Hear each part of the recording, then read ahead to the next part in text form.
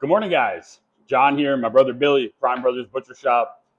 We're doing another one of these beef breakdowns where we're kind of explaining some of the different fun cuts that you see in the butcher shop here and that you see in the grocery store at home, where they come from, what they're really good for, the different uses for them, the different ways to merchandise them down. And that's kind of a little series we're going to be doing here and having some fun with it. So today is top round. Billy, top round, one of your favorites? Top round's definitely versatile. You can get a lot of stuff out of it. So it is definitely one of my favorites. A lot of knife work that goes into it. So I think we show them what we got here and start breaking this thing down. Yeah, there's definitely a lot of different things that can be done with these top rounds. You'll see they're large pieces of meat. They start out about 25, maybe even 30 pounds, something like that. These are large chunks of meat. For those of you that don't know where this is coming from, it's coming from the hind quarter, so the rear leg of the cow, also called the rump. I'm going to bring you back over here to ribeye, ribeye the cow. My wife, we sent her out to Tractor Supply. She was supposed to grab a couple pieces we needed, I think, for the bandsaw, and she came back with ribeye the cow. And he has not left. But we love him. So, ribeye the cow, as you can see, right here on the back leg, this is going to be the hind quarter of the leg back here, that rear leg, and it's coming off the inner side of that rear leg. So off the inner side of the leg of the cow, you're going to have a top round right here. And this is one of the pieces of, like we were talking about the other day, this is a sub-primal of the round primal. So the round primal, which is going to include the eye round, the top round, the bottom round. This right here is a sub-primal, meaning it's one cut of that, so it's just the top round. So we're going to get into breaking this down. I'm going to grab some gloves real quick, guys. I think Billy's got some good idea, too. I never come to work prepared. You know that. Never. All right, guys, let's have some fun and get into it. We're excited for this one. We definitely have a lot of fun with these. A lot of different things to do with them. They are big pieces of meat. Some people are a little, they get a little scared when they first approach it, but just kind of tackle it one step at a time. And guys, I normally like to do these on the bottom. When I flip these over, I can get a better side of what I got here, better look. You got two separate sides to your top rounds. I call it the firm and the soft side. Over here, you got a real firm side, solid piece of meat, very, very nice texture. Over here, you have what I call the soft side. It's going to be made up of multiple different separate muscles that are kind of separated by different tendons and connective tissue in here. So what we're going to do is just to kind of, so we can see this a little bit. And you'll see as I start trimming up, everything here that's nice, usable, beautiful meat. Again, this is certified Angus beef top round. I'm going to use, so this right here, beautiful stew cubes. We're going to save those up. These right here are going to go into our grinds. For you guys that buy ground round, now you know where it's coming from. So this is fresh top round that we're throwing right in that trim bucket. We're going to grind it up a little bit. But I'm going to face this piece of meat real quick.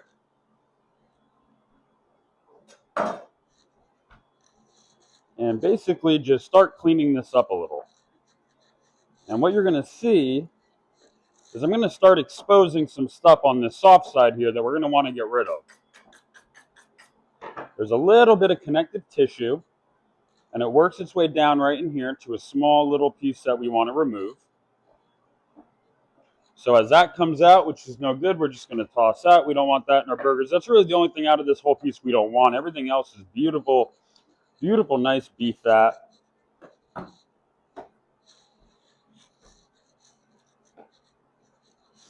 This right here is where those muscles kind of start to separate, like I was telling you. So what we'll do here is just kind of trim these out a little. Carefully work my blade against this seam right here.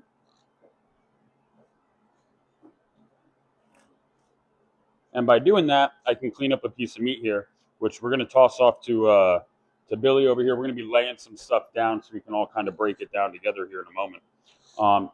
You'll see again here, I'm just going to clean this up. Now we're getting into some really hard fat. This right here is just going to be straight fat. You can see hair tiny little bit of meat in there, but all fat right there. So now that we have that removed, I'm going to separate this other little muscle over here. I come in here and clean this up a little bit. Billy's over here cleaning up anything that I'm pulling down. Billy's grabbing real quick, cleans it up real nice, turns into this beautiful stew meat. And anything else that comes off of it that's not a perfect size stew cube, isn't going to cook exactly the same time, he's going to throw that right into that grind bucket. Again, guys, here's that separation I was talking about on one of those muscles you're seeing on that soft side. So you can see this muscle is almost, I mean, I can almost pull it apart by hand. It's kind of how it separates here. So by removing this muscle here, we're going to give you a nice center cut top round, which is where you're going to get kind of a couple different cuts that Billy's going to talk about here in just a moment. But we just want to really get down to that center. So here's another really nice piece of meat. It's just got to be cleaned up a little bit, which Billy's going to tackle over there, turn into some stew meat.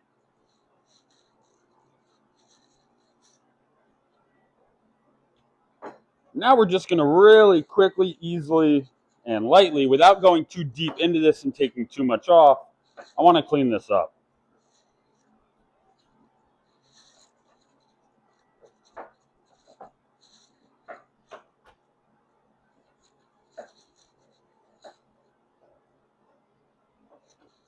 While I'm cleaning this up, I'm also kind of making it nice and even. I'm giving me a nice even bottom here, and you'll see the reason for that once Billy kind of gets into cutting down some stuff here. We'll go into that. Now I do have a knot of fat right here on the top that I'm going to remove. And this is going to be the only other piece of the top round that, like I said, is kind of an inedible portion you want to remove. And I'm going to show you that in just a second here. Out of the entire 30-pound muscle, okay, there's only really one piece that you don't want to eat in this, and it's kind of hidden in here. It's the artery and vein that's supplying this muscle with all the blood flow. And it's inside this piece right in here, which I'm going to cut open.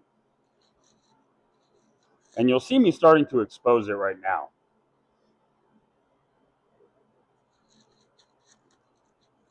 It ain't going to kill you if you eat it. It's just not the most appetizing thing. We like to pop it out of there, get rid of it, square this up, make it nice and clean.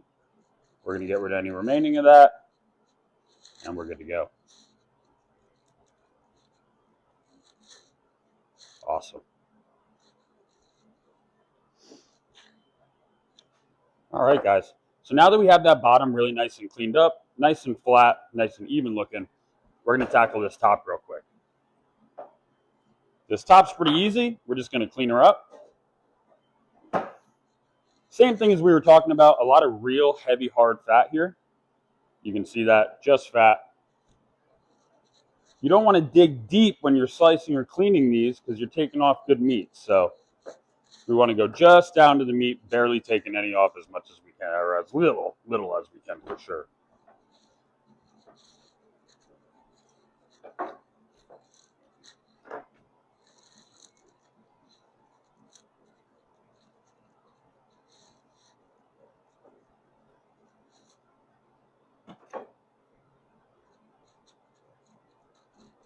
You'll see sometimes me and Billy will swap out knives, and that's really depending on kind of our body position, the piece of meat we're working with, the size it is, and exactly where our blade needs to be.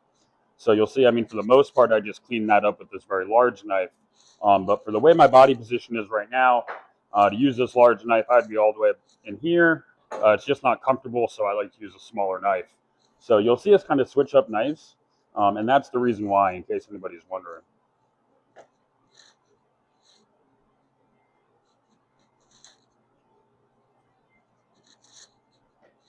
So we're starting to get down here to the creme de la creme on this one. Beautiful. All right, guys, so now this right here is a full top round, okay? It's been pretty much mostly cleaned up.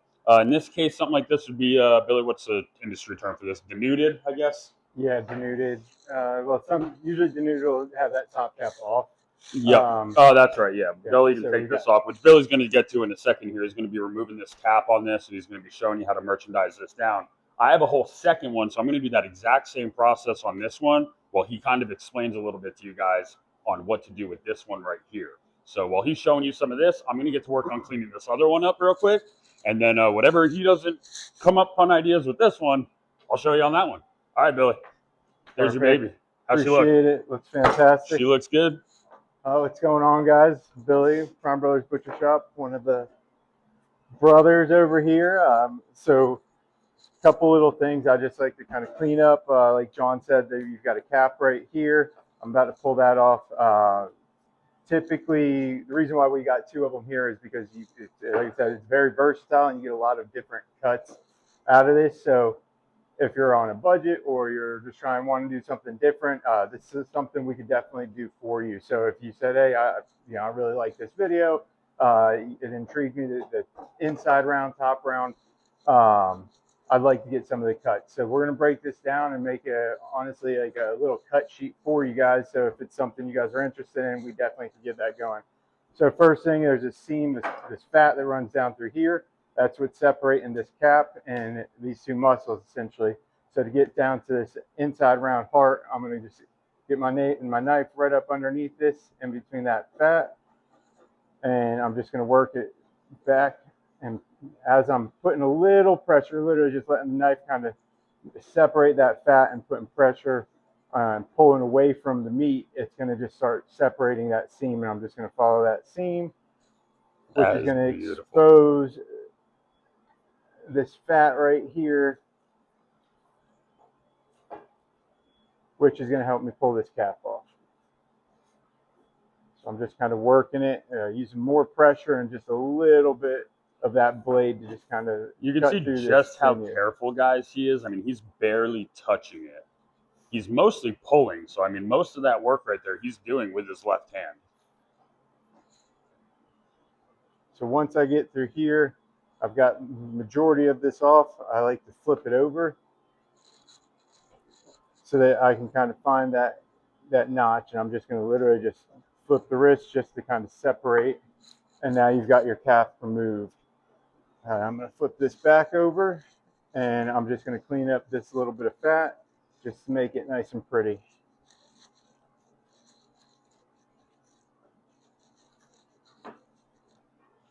So a lot of people, once you get this down to one single muscle, this will be the inside, like the heart of the muscle, which is where we're going to get a couple cuts that I'll go through in just a second.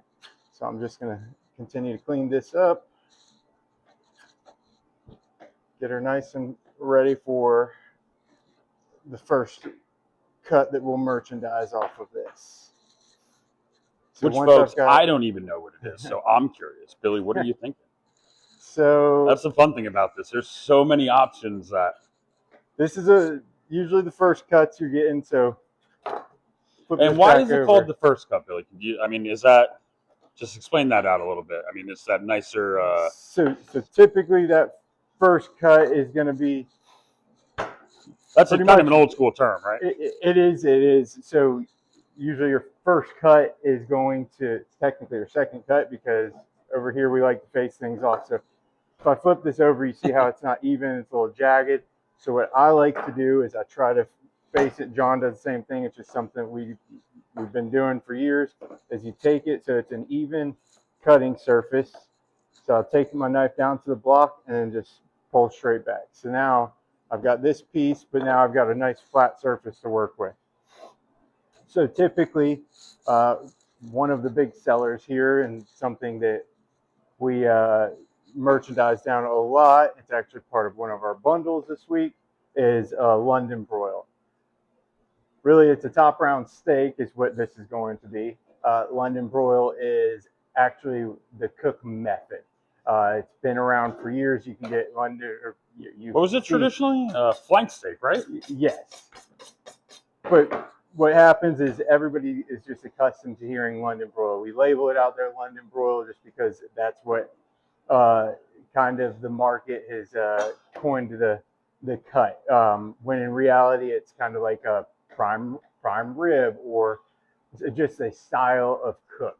So I'm going to cut this top round steak about 1.25 inches.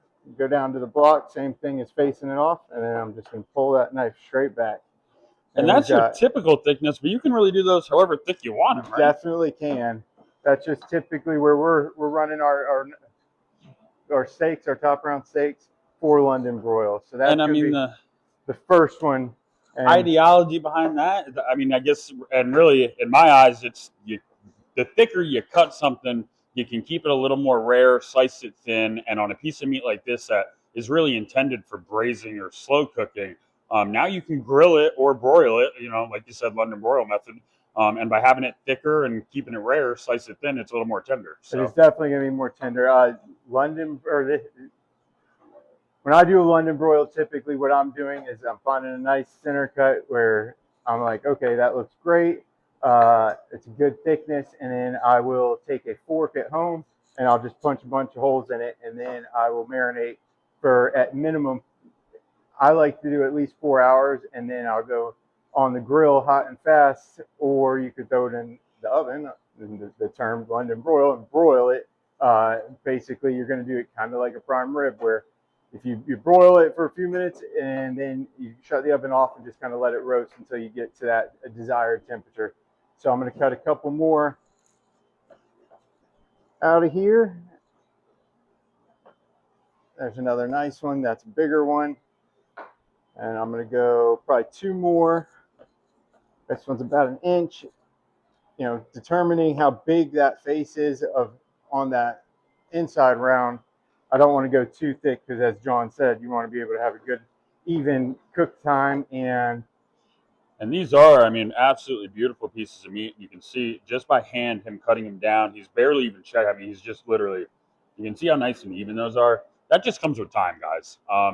Don't be scared about home. They're not perfect when you first try it out. But don't worry, you'll get there where you get them all nice and even like that. But yeah, I mean, and in my eyes, that is a perfect thickness. But some people do like them real thick and I'll chunky. cut a nice thick one here. Yeah, and I mean, I guarantee you, out in the case, that one will sell today. It's a Sunday, so it's a good day. Go home and So you can do a quick marinade on that before you pop her on. You're going to be fine for this afternoon. I'll tell you that. nice thick one So you there. can see how thick that is. I mean, you're borderline getting to that top round roast at that point, but still, a lot of people will like to, kind of sear this off, maybe even finish it up in the oven for a little bit, and then slice it down and serve it up kind of party tray style. So then once I get to tapered end, usually we'll take it and we could do some thin slices for breakfast steaks. We could tie this as a roast. You can cube it for stew beef, which we have stew beef on one of the bundles. So that's something I'm just going to merchandise down real fast just to get some stew beef out in the case. So I just like to cut it into chunks about the same size. Just like John said, once it's braising or slow cooking, it's just easier for it to break up. And you've got some nice stew cubes. You can see here's a bunch I cleaned up from that other one there. So you can see you do get a lot of stew meat out of these London broils here as you're working on them. So then I'm going to take this. We'll cube this one up too. I like to take that one right there. Now I've got a nice even working. I can get 2 somewhat even pieces, and we're just going to cube that up. And now, after I get these stew cubes done, I'm going to take this cap and clean up this cap, and this is where we can get some other fun stuff. So I'll take this cap.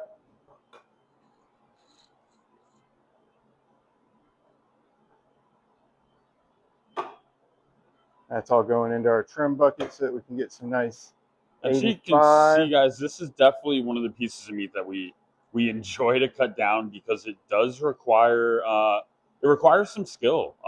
It takes time to learn these. Anybody that's ever been in the butchery trade is going to know that this piece of meat right here is probably the first piece of meat that you are going to get if you ever have a cut test or anything like that. Trying to get a job as a butcher, one of the first things they're going to ask you just to kind of base your knife work off of is let's see how you cut up a top round. All right, so now that I've got this thing cleaned up of anything that I don't want to go in, we're going to work on this. So you can see the grain. It almost looks like a. It's funny the caps, Yeah, so you got, has the grain of a skirt steak or a sirloin flap. Yep.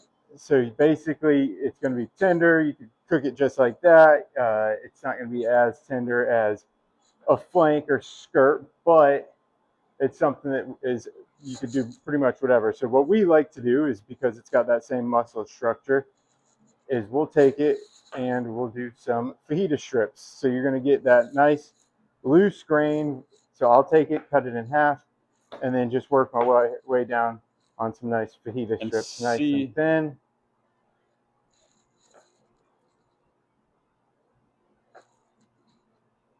Those are beautiful. I like to go across the grain so that once it cooks up, it's going to be tender. because if you cut this thing wrong and cook it up, you will get a bite that's going to not pull as well. Now, Billy, real quick. So you can see that as you're pulling it apart, that grain's just starting to kind of pull apart and I'm already. going to cut one here to show you with the grain, to show you the difference, guys. Yep. So look at this piece of meat. That was just cut with the grain. I can't physically pull that piece of meat apart. This piece of meat, same thickness, was just cut against the grain from the exact same piece of meat. So that's going to fall apart. Do you guys see the difference? And that is just in the direction, again, of if I cut this way against that grain, it will fall right apart. If you cut with the grain this way, I mean, you got shoe leather. So it really is extremely important how you're cutting when it comes to that grain.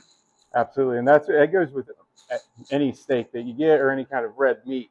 So that's something to definitely pay attention to. Another thing you could do if you wanted and you didn't want to do, say you came and bought some of this or asked us to do it, is it makes great jerky meat as well. So you could definitely dehydrate this, throw it on the smoker after a marinade, and get you some nice jerky. Yeah, I'll show you guys some jerky slices here in a moment. John will definitely. This is top round is my preferred cut whenever I do jerky.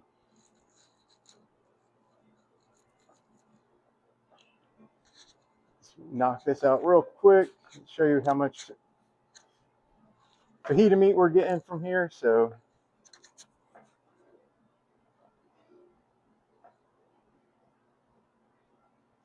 And so again, I mean, that's only, 3/4 of the cuts that you possibly can, and you already filled the table up with all different sorts. So it's pretty cool.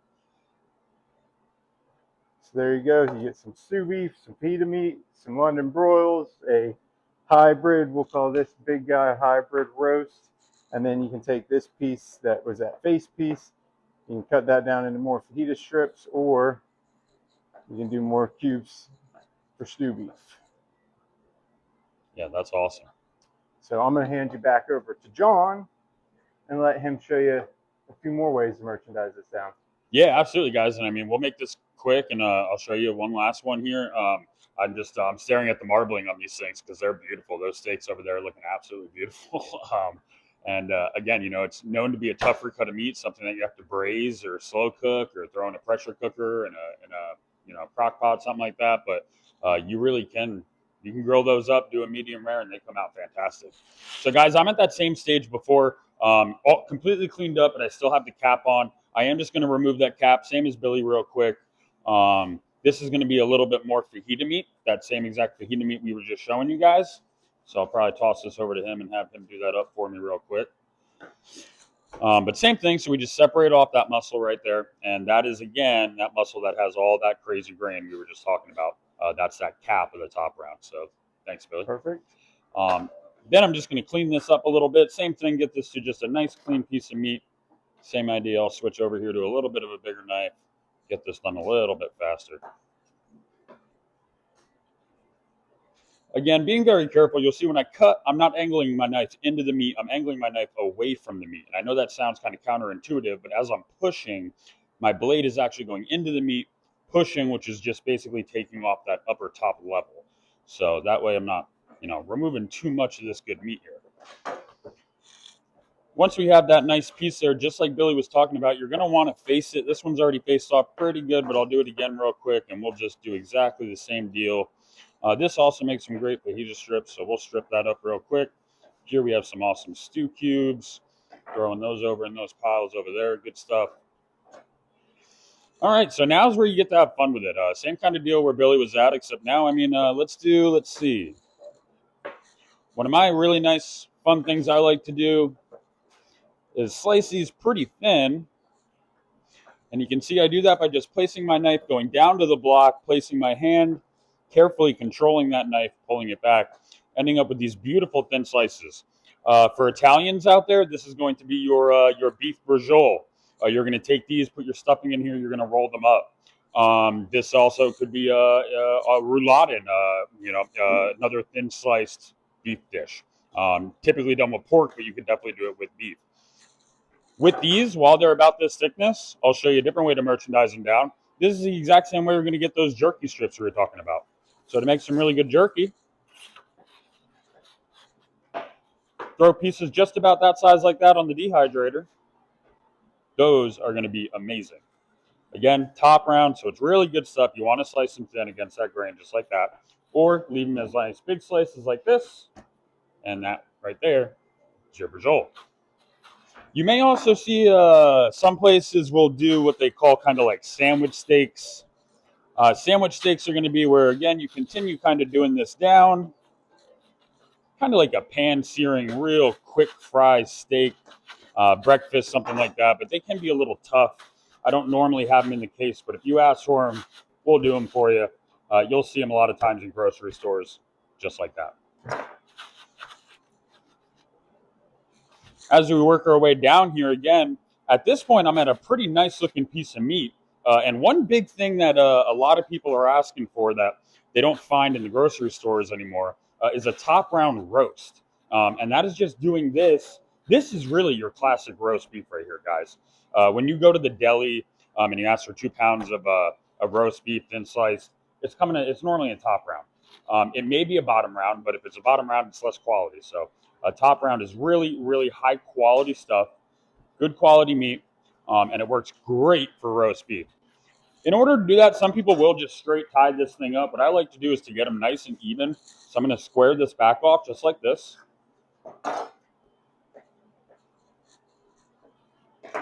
We're going to get a couple more stew cubes here.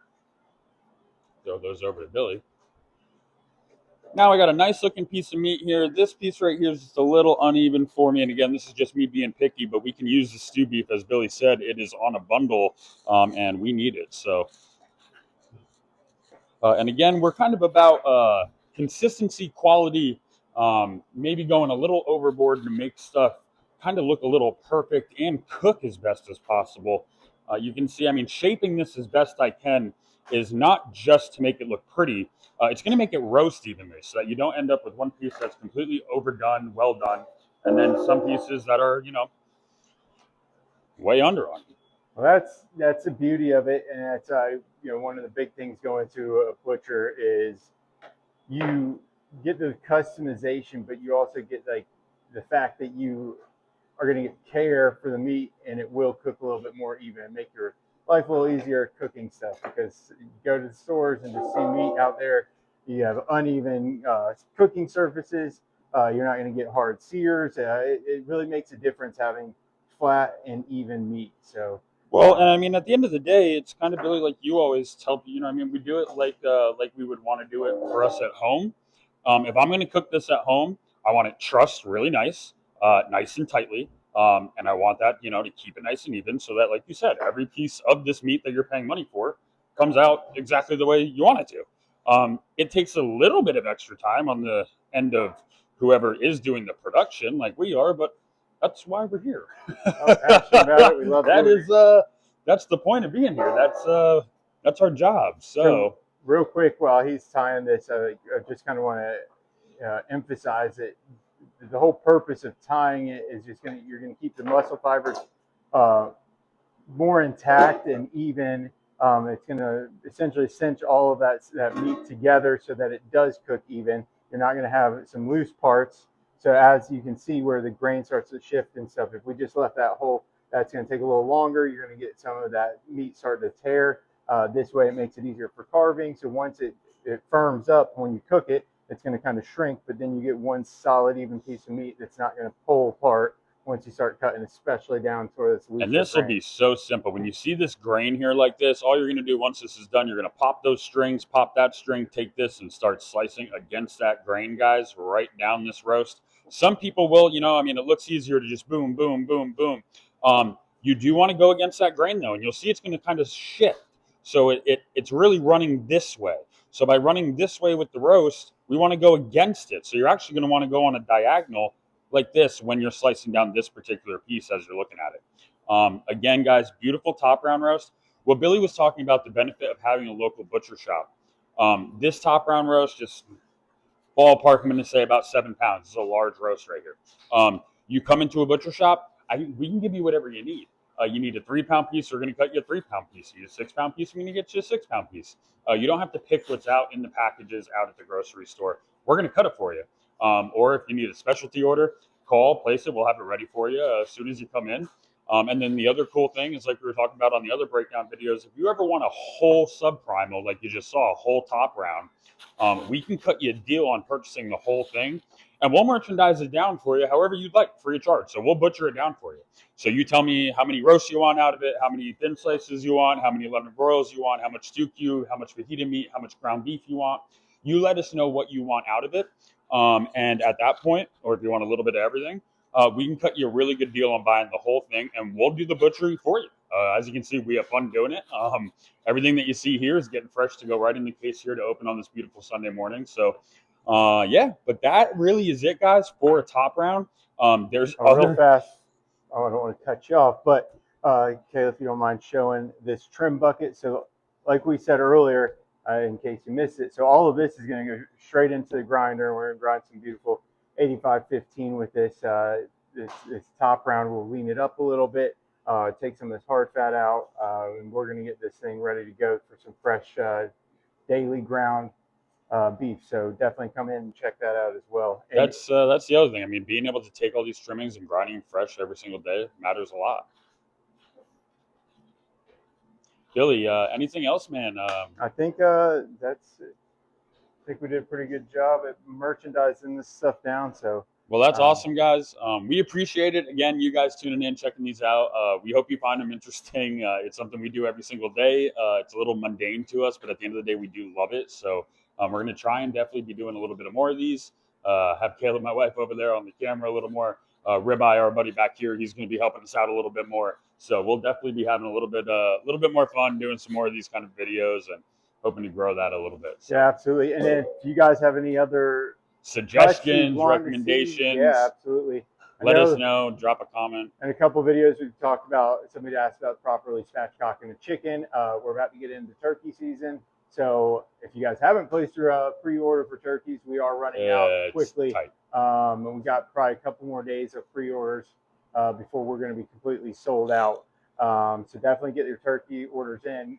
And if you have any special requests on that, we will spatchcock. We'll make it an oven-ready version. We've got pretty much do whatever you want. You want an 8-piece turkey, we'll do that too. So again, that's the beauty of a local butcher shop. We got you covered on it. So again, thank you very much for watching, guys. Prime Brothers Butcher Shop, 5131 Veterans Parkway here in Garner, North Carolina. My name is John, my brother Billy, my wife Kayla behind the camera there.